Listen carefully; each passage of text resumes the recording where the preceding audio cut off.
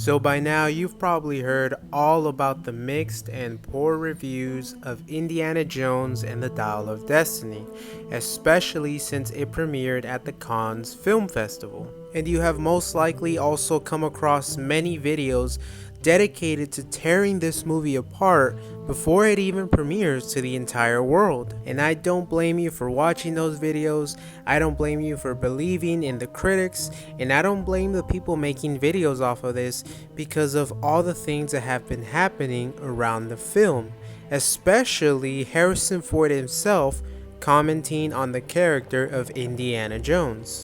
But now we're taking him into the twilight of his life and his career.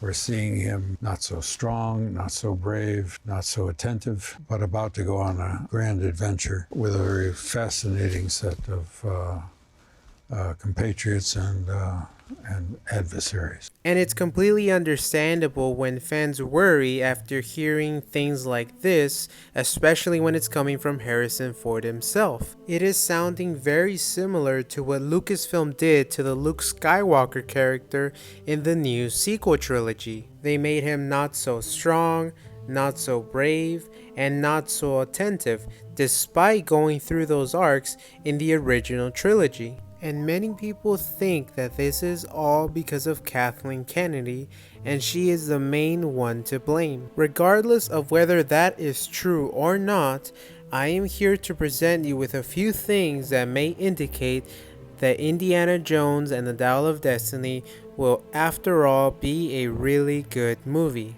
First of all, this clip that is playing in the background was actually released by Lucasfilm a few days ago, and it shows Indiana Jones trying to find his way out of this room. The scene is called Get in the Pool in case you're interested in watching the full clip with sound on your own, and something about Indiana Jones using his archaeological knowledge to find a way out of this room and into the pool just screams classic Indiana Jones. And it makes it seem like Indiana Jones is still an expert when it comes to these things, regardless of what people have been saying that they saw in the film. That scene reminded me so much of the scene from Raiders of the Lost Ark where Indy goes into the map room to find the location of the Lost Ark. It really displays the archaeological side of Indiana Jones and how smart he is when it comes to uncovering these artifacts. It's almost as if we are right there next to him, discovering the truth behind each artifact and MacGuffin